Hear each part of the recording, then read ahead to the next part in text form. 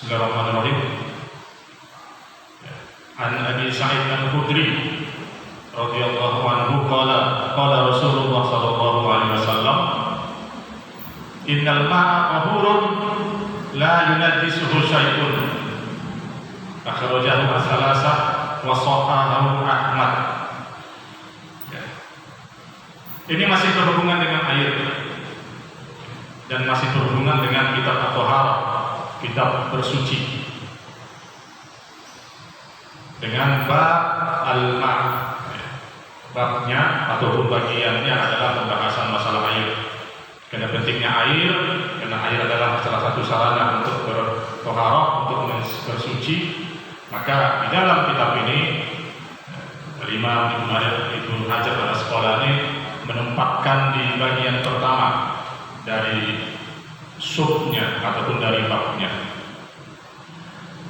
Dari sahabat Rasulullah SAW, Nabi Sa'id Al-Khudri radhiyallahu anhu, semoga Allah meridhoinya, qala berkata, qala Rasulullah SAW, telah bersabda Rasulullah SAW, innal ma'a tahurun la yunajjisuhu syai'un. Yang artinya sesungguhnya air tahur, suci, tahur, suci dan mensucikan. La yunajjisuhu syai'un, tidak ada sesuatu pun yang bisa membuatnya najis. Akhrajahu salasah wa sahahahu Ahmad.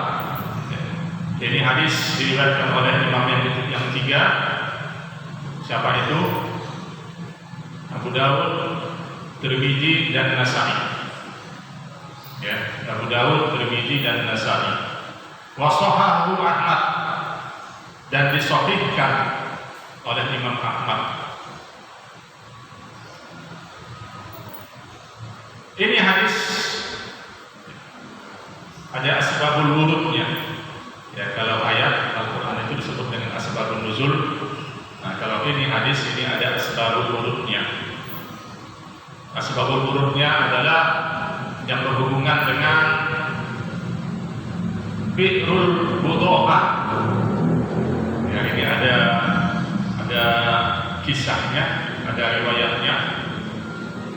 Zamannya Rasulullah SAW itu ada yang namanya bi'rul budo'ah, sumur budo'ah. Yang mana di sumur itu, ya, pada waktu itu orang-orang pada membuang-buang sampah. Ya, sumur itu sumurnya besar ini. Ya, sumurnya besar. Nah, di situ ada orang-orang pada zaman dahulu itu, zaman Rasulullah SAW, membuang-buang sampah.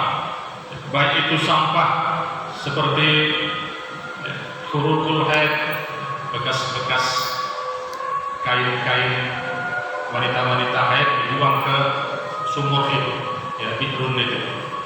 Atau juga dibuang di situ, ya, seperti luhumul kilab, ya, daging-daging anjing. Ataupun dibuang di situ seperti an-natan, ya, an-natan ini kotoran. Asbabul wurud, ya, sebab adanya hadis ini, ya, sebab adanya Rasulullah SAW bersabda dalam hadis ini, yaitu dikarenakan bi'run itu, sumur itu. Para sahabat bertanya, ya Rasulullah, ana tawaddu' bi hadzal ma', ana tawaddu' bi ma'is bi'ril budo'ah. Apakah kami bisa, ya Rasulullah, berwudu ataupun bersuci dari air yang ada di sumur ini? Ya, sumur yang dibuat pembuangan sampah pada zaman dahulu, zamannya Rasulullah SAW. Ya, namanya bi'rul budo'ah. Ya, nanti kalau misalnya sempat pada jamaah, ya, dicek aja di Google itu, sumur budo'ah. Seperti ada keterangan. Ini juga, ya, di buku Bulughul Maram ini diterangkan oleh Ibnu Hajar Al-Asqalani masalah bi'rul budo'ah. Jawabnya Rasulullah SAW, ya, dengan pertanyaan tadi, Innal ma'a tahurun la yunajjisuhu syai'un. Sesungguhnya air, sesungguhnya asalnya air itu, asal hukumnya air itu adalah suci. La yunajjisuhu syai'un. Hadis itu tidak bisa dinajiskan oleh sesuatu. La, tidak, yunajjisuhu, dijadikannya najis, syai'un, sesuatu. Air itu asalnya adalah suci. Misalnya apa? Kita ketemu air di genangan apa misalnya, ataupun di ember, ya kan? Ataupun di lapangan. Selama air itu nanti tidak berubah sifat-sifatnya, nanti ada hadis berikutnya di sini setelah ini. Itu hadis, air itu tidak boleh kita anggap kotor, tidak boleh kita anggap najis. Asalnya adalah suci. Kita harus menganggapnya suci. Misalnya kita ketemu, ya, kita masuk ke ruangan siapa, atau ke rumah siapa, atau tempat manapun, kita lihat ada air di ember ataupun di mana, asal hukum air itu adalah suci. Nah, ini keterangannya. Begitu juga jawaban Rasulullah sewaktu ditanya masalah bi'rul qudu'ah tadi, Rasulullah menjawab, air itu suci selama nanti ada merubah sifat-sifatnya, yaitu rasanya, warnanya, dan baunya. Ini hadis yang pertama. Ini juga berhubungan dengan hadis yang kedua, yang ketiga, yang keempat. Kita lanjut. Hadis yang ketiga, An Abi Umamah Al-Bahli radhiyallahu anhu qala Rasulullah sallallahu alaihi wasallam, innal ma'a la yunajjisuhu syai'un illa ma ghalaba ala rihihi wa ta'mihi wa launihi. Akhrajahu Ibnu Hibban wa dha'afahu Abu Hatim. Dari sahabat Rasulullah sallallahu alaihi wasallam, Abu Umamah Al-Bahli radhiyallahu anhu, semoga Allah meridhoinya, berkata, qala Rasulullah sallallahu alaihi wasallam, bersabda Rasulullah sallallahu alaihi wasallam, innal ma'a, sesungguhnya air, la yunajjisuhu syai'un, tidak ada sesuatu pun yang bisa menajiskannya. Ini artinya seperti hadis yang dari Abi Sa'id Al-Khudri tadi yang di atas. Nah, ini ada sambungannya, illa kecuali ma ghalaba ala rihihi wa ta'mihi wa launihi, kecuali air itu berubah. Kalau ghalaba ini, ya, asal katanya itu ghalaba yang mendominasi.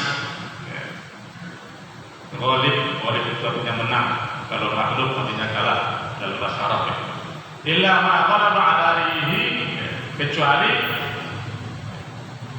mendominasi di air itu rihihi wa ta'mihi wa launihi, berubah, rihun baunya, ta'mihi rasanya, launihi warnanya, ya, kecuali warnanya ataupun sifatnya yang tiga ini, sesuatu air itu telah berubah. Ini hadis diriwayatkan oleh Ibnu Majah dan didhaifkan oleh Abu Hatim. Ya, ini hadis dhaif dari segi sanad, ya, dari segi perawinya, tetapi matannya ini sepakat ulama dengan kesahihannya.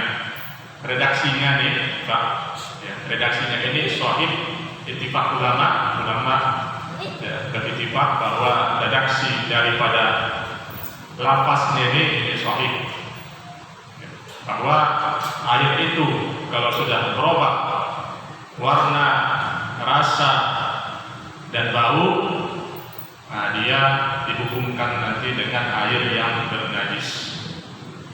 Tetapi di sini disebutkan dengan Abu Hatim bahwa ini adalah sanadnya dhaif, lemah. Ada salah seorang daripada perawinya itu, nah itu lemah mungkin karena hafalannya, lemah mungkin karena ada beberapa mungkin sesuatu saat dia pernah berbohong. Nah itu perawi ini ada misalnya yang pertama seperti ini ya, Abi Umamah Al-Bahli. Abi Umamah Al-Bahli didengar oleh seorang alim, begitu terus. Misalnya dari Abu Hatim. Abu Hatim mendengar hadis ini dari gurunya.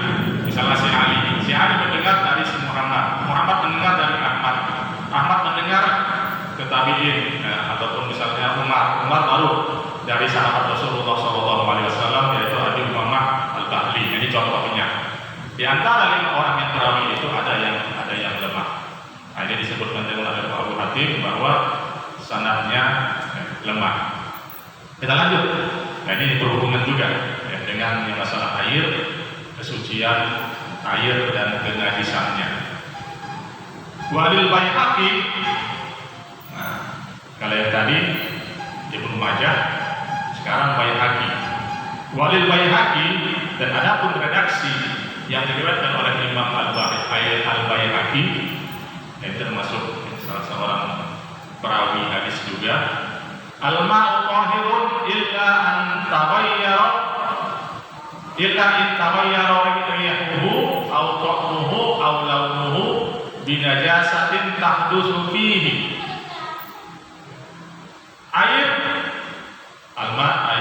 tahirun suci, illa kecuali in taghayyara rihuhu, kecuali air itu berubah rihunya, ya, baunya, ta'munya, rasanya, ataupun launuhu, ataupun warnanya, binajasatin, dengan najis, tahdutsu fihi, najis yang berada di dalamnya, tahdutsu fihi.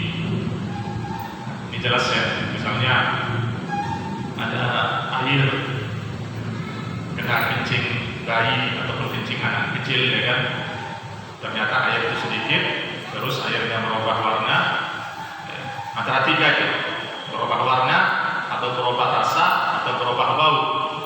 Salah satunya misalnya ada berubah sifat itu dianggap air itu sudah bernajis dan bukan lagi yang namanya tahir ataupun tahur.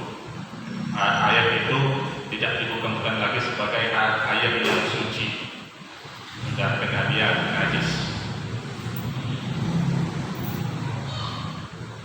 Hadis selanjutnya nanti baru kita bahas ini sama juga. Kita bacakan dulu kan. An Abdullah bin Umar radhiyallahu anhu, Abdullah bin Umar ataupun sering disebut dengan Ibnu Umar. Abdullah bin Umar bin Khattab, dan ini anaknya Umar bin Khattab.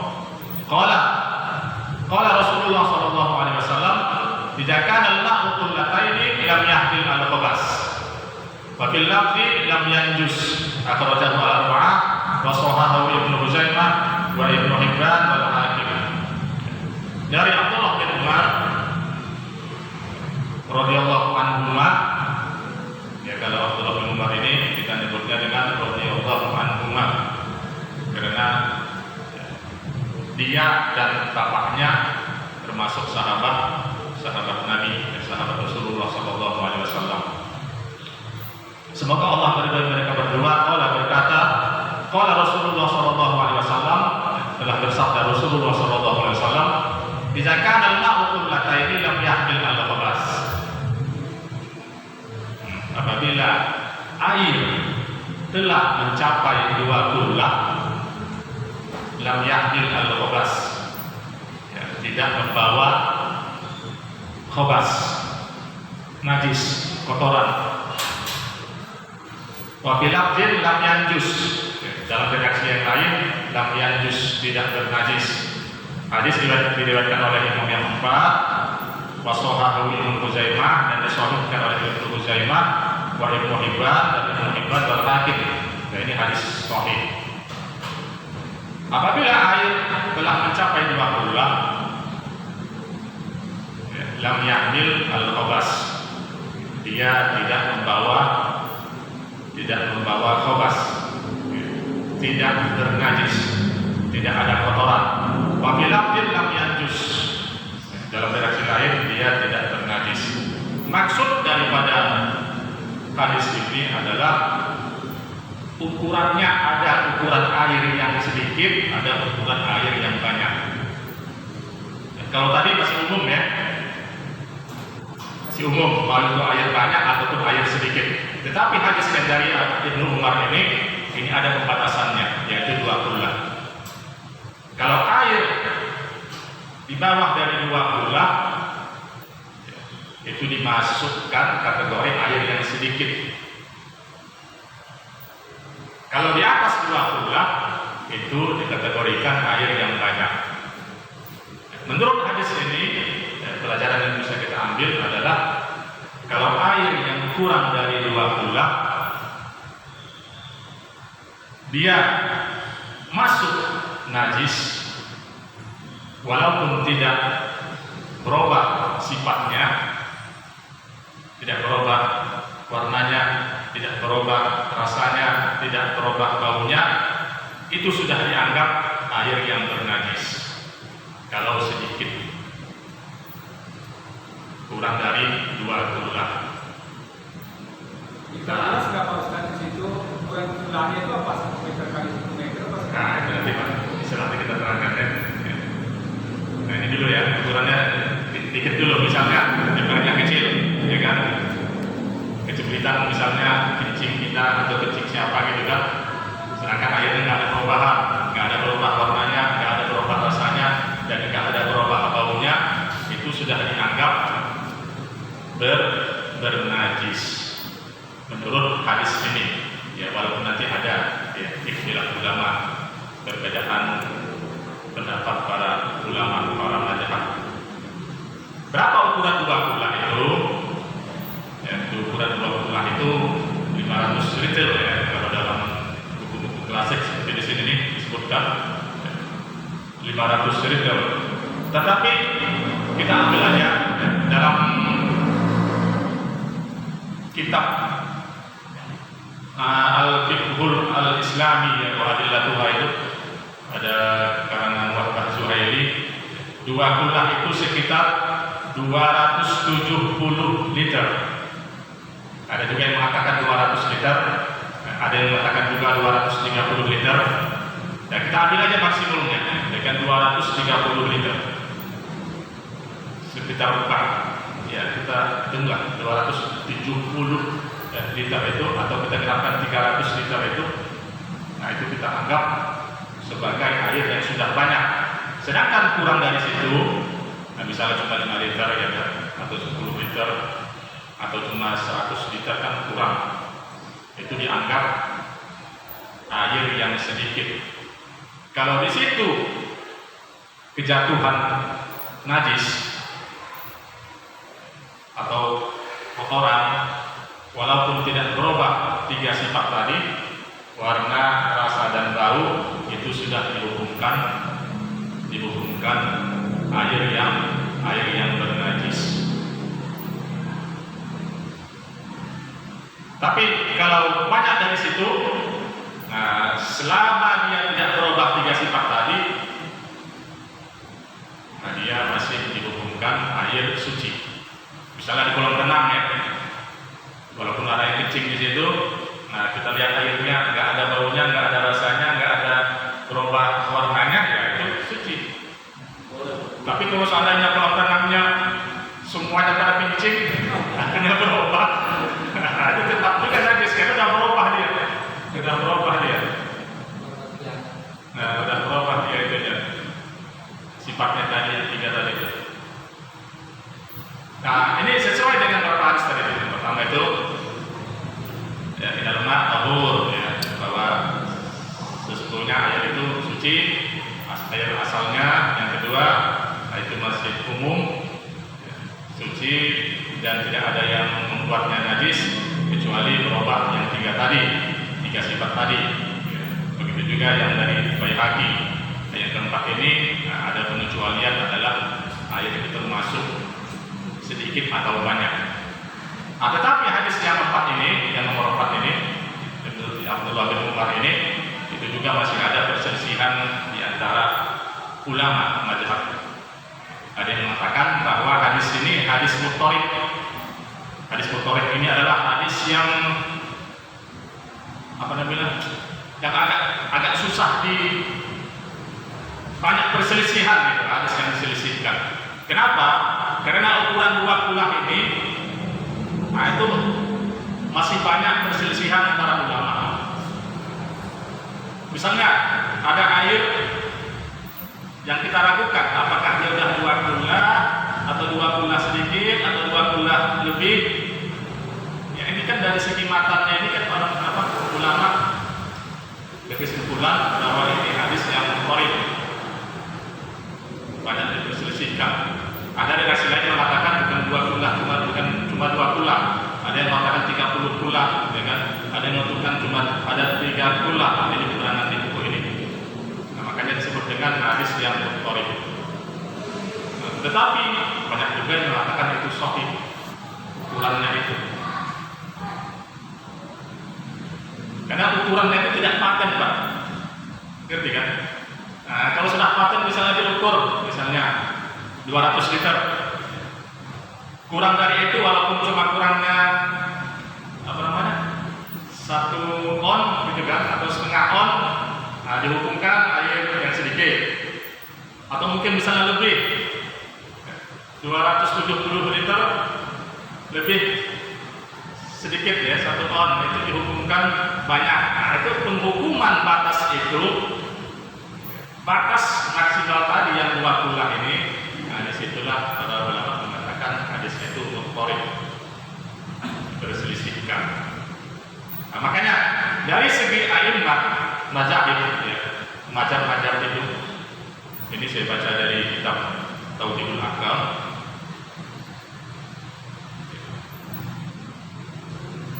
Mazhab Syafi'i ya, memakai sistem 2 kula ini. Mazhab Syafi'i. Makanya kalau kita belajar fikih Syafi'i itu ditekankan nih masalah 2 kula ini. Termasuk juga mazhab Abu Hanifah dan Hanafi, ini juga memakai sistem 2 kula ini. Apabila air yang kurang 2 kula ya, dikatakan air yang bernajis kalau ada najis yang masuk ke dalamnya, baik berubah ataupun kalau dia baik berubah ataupun tidak. Mazhab Hambali juga demikian. Nah, tetapi yang tidak memakai sistem 2 kula ini adalah mazhab Maliki. Mazhab Maliki yang mayoritas dari Arab Saudi sana, yang di Madinah, itu dia tidak memakai sistem 2 kula. Maksudnya, walaupun airnya sedikit, ya, walaupun airnya sedikit, yang penting harus berubah 3 sifat tadi. Kalau tidak berubah 3 sifat itu, masih dikategorikan hadis yang suci. Ngerti Pak ya? Ini ada dua pendapat ulama. Pertama, air dibagi dengan air yang sedikit sama air yang banyak. Ukuran air sedikit dan banyak itu adalah 2 kula, sekitar 270 liter atau 250 liter, sesuai dengan dari hadis Abdullah bin Umar tadi, Abdullah bin Umar. Pendapat yang kedua, tidak ada yang namanya hadis sedikit ataupun banyak. Kalau dia masuk kotoran, kalau dia berubah sifat-sifatnya tadi, nah itu dia. Walaupun dia sedikit najis, kalau tidak berubah, walaupun dia sedikit tidak dikatakan najis. Yaitu mazhab Maliki. Dan begitu juga ya, dari Tarjih Muhammadiyah juga, dan saya baca-baca di bukunya itu ataupun di Google juga ada Muhammadiyah Tarjih.com, itu bisa kita search, kita bisa ambil. Muhammadiyah memakai panduan yang itu tadi, tidak ada yang namanya 2 kula, mau itu sedikit, mau itu banyak. Kalau berubah yang 3 jenis tadi, 3 sifat tadi, dia najis. Kalau tidak berubah, berarti tidak tidak najis. Mana kita ambil? Ya terserah. Bapak sekalian, kita ambil sesuai dengan mazhab Syafi'i atau mazhab Maliki atau yang panduan dari Muhammadiyah. Tapi ya kita di sini mungkin mayoritas Muhammadiyah ya, basicnya juga Muhammadiyah. Nah ini berhubungan dengan air yang najis tadi. Mungkin paham Pak ya?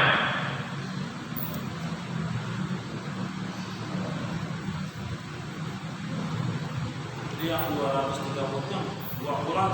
2 bulan. Bukan 1 bulan. Bukan. Karena hadisnya 2 bulan. 2 bulan. Dan kulah ini sekarang nggak ada dipakai lagi di Arab sana, nggak ada dipakai kulah gitu. Liter kalau kita liter ya kan, kalau di sana namanya liter, ya, liter Arab itu beda-beda juga. Liter di Mesir, liter di Baghdad juga beda ukurannya.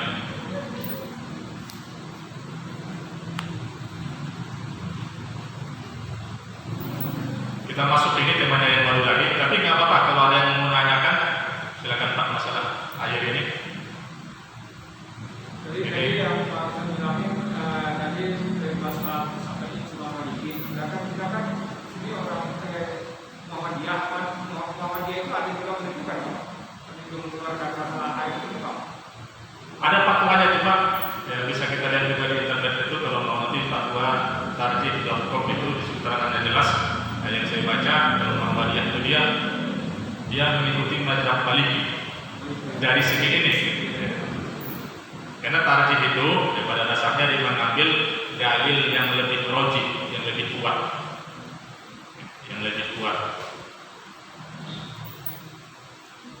Karena bagaimanapun alasan mereka itu sesuatu itu air itu dikatakan suci, ya walaupun dia sedikit tetap suci, ya kan? Nggak ada namanya perbedaan antara banyak atau sedikit gitu loh. Air itu pada dasarnya suci, ya kan? Kalau dia tidak ada mengenalinya kejatuhan kotoran yang berubah 3 sifat itu ya pada dasarnya suci, itu sesuai dengan hadis yang pertama tadi. Ya. Innal ma'a tahurun la yunajjisuhu syai'un. Jemaah hadis yang dari Abi Umamah Al-Bahli sama hadis yang dibaca oleh Al-Baihaqi. Nah itu dalil dari mazhab yang tidak memakai yang namanya sistem 2 kulah, termasuk Muhammadiyah. Tetapi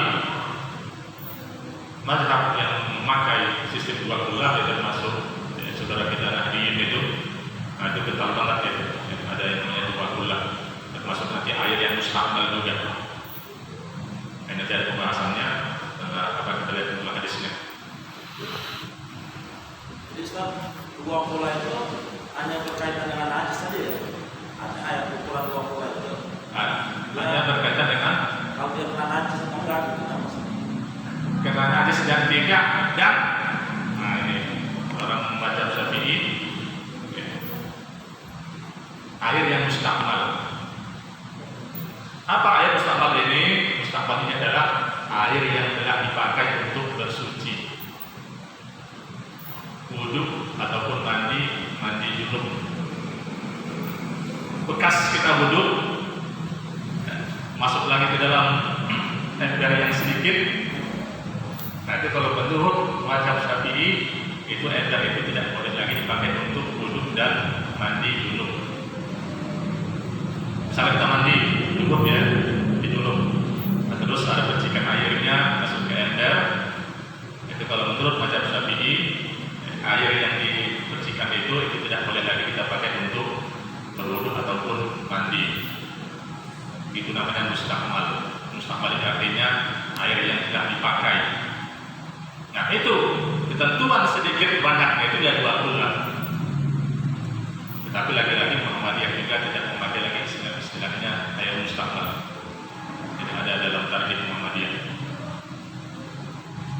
Karena ada hadisnya juga ini nanti kita bacakan.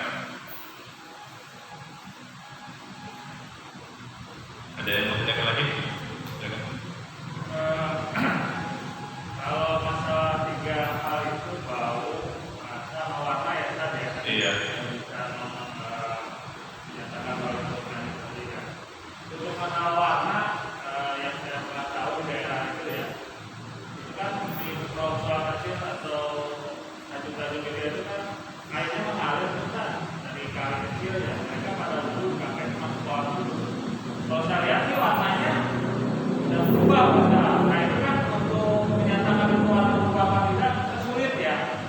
Apakah karena airnya mengalir sehingga mereka menyatakan itu tidak najis? Bagaimana ya? Untuk menentukan warna itu berubah apa tidak? Atau harus bening atau harus gimana gitu? Jadi jangan salah, warna adalah warna kotoran ya. Warna kotoran bukan warna-warna misalnya warna tanah ataupun warna daun. Tapi iya Pak, di kampung saya juga di kampusnya Kampar itu Pak, di kantor dia itu memang air itu air keruh Pak, seperti air tanah. Jadi orang pada mandi nyemplung ke sana, waduh di sana airnya. Nanti ada juga nanti air mustakmal itu pembahasannya air mutlak dan air yang tidak mutlak. Nah, misalnya ya ini kita singgung sedikit ya, air kopi, air teh, termasuk juga air tanah atau air yang berobat dari lumut. Ya, nah itu kalau sudah kemutlakannya hilang, dia suci tetapi tidak mensucikan. Misalnya air teh ya kan, air teh kan sudah berubah ya, ya mutlaknya itu air mutlak itu sudah berubah. Itu boleh nggak diminum? Boleh, karena suci. Boleh nggak dipakai untuk mencuci pakaian? Boleh, tetapi tidak mensucikan. Maksudnya tidak boleh dipakai untuk berwudu dan mandi wajib. Nah, sedangkan yang tadi tidak bapak tadi ya kan, air yang misalnya mengalir tapi ada berubah warnanya, kita lihat dulu warna apa dia. Kuning apa dia gitu kan? Kadang kuning emas ya kan. kalau kayak air Pekalongan kemarin kan, air yang banjir di Pekalongan kan merah, kan ada yang ungu. Pas diselidiki ada ketemunya pewarna kain. Pewarna kain ya kan. Kalau air mengalir, kita lihat juga kalau misalnya lagi ada warna yang kita ragu ya, jangan dipakai. Ini kan termasuk keraguan juga. Nah ini kuning ini, jangan-jangan warna kuning warna apa nih ya kan? Biasanya nggak jauh dari warna itu ya kan? Ya jangan dipakai. Kita tunggu ngalir dulu baru kita berwudu. Coba, Ustaz. Ini memang buku ini barangkali ada manfaatnya hilang ya. Maksudnya 2 pulau itu kan? Ya. Kan banyak sekarang kamar mandi itu nggak pakai bak, hanya pakai ember itu. Sementara 2 pulau itu yang saya pernah itu 60 kali 60. Iya, 10 kali 10 terus 60 kali 60 kan? 60 kali 60 60 ke atas, 60 ke vertikal. itu ada 60 ya. Kalau ember kan enggak. Ember di kamar mandi itu kecil, Iya. nggak sampai 2 pulau. Memang kalau mengikuti yang tadi mustakmal, kalau kita mandi dengan ember kecil itu untuk menghindari supaya nggak balik lagi itu susah sekali. Hidup itu kan susah ya. Susah ya. Pasti ada cipta. Masih ada percikan di situ ya kan. Kalau saya pribadi ya, memang yang paling afdal itu bikin bak itu yang gede yang di atas 2 pulau. Artinya kita nggak ragu lagi ya. Udah nggak usah malah walaupun kita hidup itu nggak masalah. Cuma masalahnya kadang kita kan di kontrakan atau di tempat orang kan, kadang-kadang mereka pakai ember kecil gitu. Jadi dalam keadaan seperti itu barangkali di situ khilaf tuh manfaatnya kali kan? Terus dia bisa tuh dia darurat gitu kan? Gimana tuh Zat? Ya sebetulnya sih patokannya hadisnya aja kalau kita patokannya ya. Dalilnya apa hadisnya ini? Hadis Abdullah bin Umar ya kan. Hadis yang tadi dalilnya yang tidak ada luar tadi hadis Abu Umamah Al-Bahri ya, dan yang Baihaqi tadi. Tetapi kalau dari segi untuk kehati-hatian ya boleh jadi Pak, ya boleh jadi. Kalau dulu, ya, misalnya di masjid-masjid di daerah saya juga sana di Sumatera itu namanya wudhu itu nggak ada pakai keran. Bak gede, kita di situ nyumpung. Di Sumatera itu sebenarnya begitu. Nah, itu nggak ada lagi air mustakmal kan sudah banyak itu airnya. Tapi kalau yang sedikit, nah itu ada yang namanya mustakmal yang di bawah kullah. Nah, inilah sebab tadi kalau kita belajar fikih ya, tidak lepas dari yang namanya perbedaan mazhab, perbedaan pendapat. Kita belajar Bulughul Maram ini ya, sangat bagus sekali ya, supaya kita tahu ya, perbedaan itu dan supaya kita itu bertoleransi dengan orang-orang yang berbeda. Ya kan? Jangan mengatakan, oh itu kan sedikit, kamu harus begini, nggak boleh begini. Ada yang namanya 20 itu bukan Ahlussunnah wal Jamaah. Jangan kalau begitu, jadi dia dalam nanti, itu jangan sampai begitu ya. Karena semuanya itu ada dalilnya, semuanya itu ada dalilnya. Ya, seperti itu nanti ya seperti ini nih. Kita lanjut sebentar.